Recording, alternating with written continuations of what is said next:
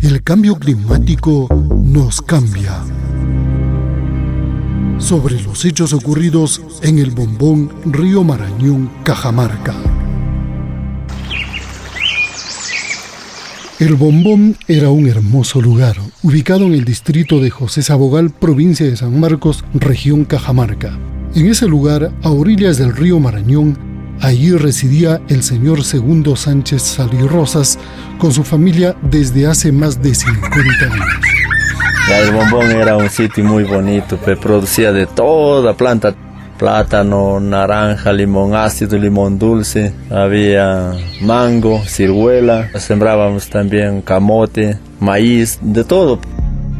Debido al cambio climático, los últimos años con mayor incidencia se generan inundaciones, desplazándose el lecho del río Marañón de un lado hacia otro.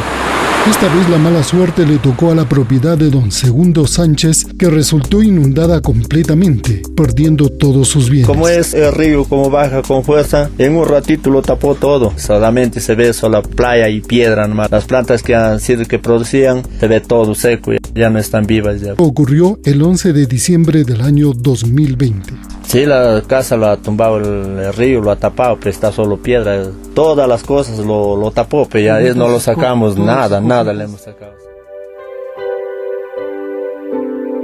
Como sabemos, el cambio climático es un fenómeno que afecta al clima en todo el planeta. En este caso, viene afectando a los pobladores de las riberas de los diferentes ríos del Perú y del mundo. Escuchemos al ingeniero David Rosario Boy, especialista en temas ambientales, sobre qué es el cambio climático. Bueno, el cambio climático es la alteración de los ciclos climáticos a nivel mundial. De acuerdo a los estudios, las referencias que se tienen de hace ya 2 décadas, es causado por el efecto invernadero que causa el excesivo uso de metano, los gases de efecto invernadero que van debilitando la capa de ozono, y esto quita la cubierta de protección que tiene la atmósfera y se está generando pues un calentamiento global, lo que está generando muchos efectos, principalmente en los polos, polo norte, polo sur, como el deshielo de los casquetes polares, ¿no? La ingeniera ambiental Magda Velázquez Marín nos da un panorama sobre la relación entre las lluvias y el cambio climático. El cambio climático genera lo que son las lluvias torrenciales o también genera lo que son las sequías, y obviamente que esto va a ocasionar la variabilidad del ciclo del agua. Entonces, en algunas épocas nosotros tendremos aguas en exceso y en otras tendremos sequías, y esto se va a mostrar en lo que son los caudales. Hay que tener en cuenta que esta variabilidad del recurso también afecta lo que es la calidad del agua, ya que al nosotros tener lluvias, estas van a arrastrar lo que son contaminantes de las ciudades, de la agricultura, sedimentos y nutrientes. Y esto afecta a lo que son los ecosistemas, afecta a lo que es el agua para consumo humano, a la industria, a las actividades comerciales. Pero el cambio climático no solo se presenta con lluvias persistentes, sino también con sequías. Escuchemos a la ingeniera Magda Velázquez, quien además nos habla de la incidencia del cambio climático en la agricultura, sobre todo en las épocas de siembra de determinados cultivos.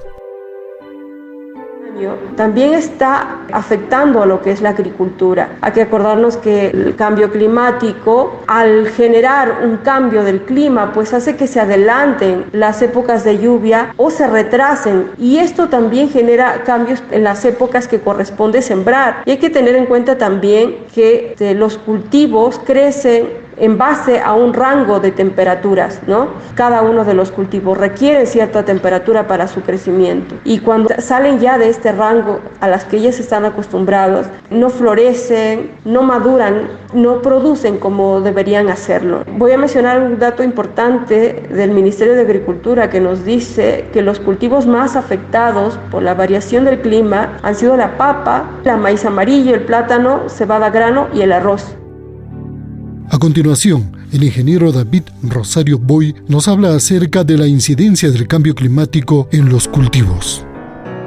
hay evidencias que sí ya se pueden tomar en cuenta, como el hecho de que algunos cultivos hoy en día ya se pueden cultivar en zonas o pisos altitudinales mucho más altos. Un ejemplo clarísimo es el maíz, que hoy en día se está empezando a cultivar en zonas más altas, o lo que sucede en el caso contrario es el cultivo de la papa, que se está también cosechando en zonas más bajas. Entonces hay una variación en el tema del clima, lo que está permitiendo la adaptación de cultivos agrícolas en diferentes pisos altitudinales. Asimismo, la presencia o la aparición de ciertas plagas nuevas también se puede ir considerando como una evidencia del cambio climático.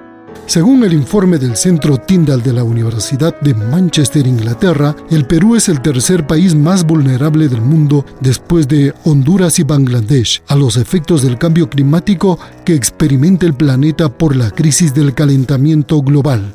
Además, se estima que en los próximos 40 años el Perú poseerá solo el 60% del agua potable que dispone ahora, lo que causará una grave escasez de líquido vital. Refugiados y desplazados ambientales.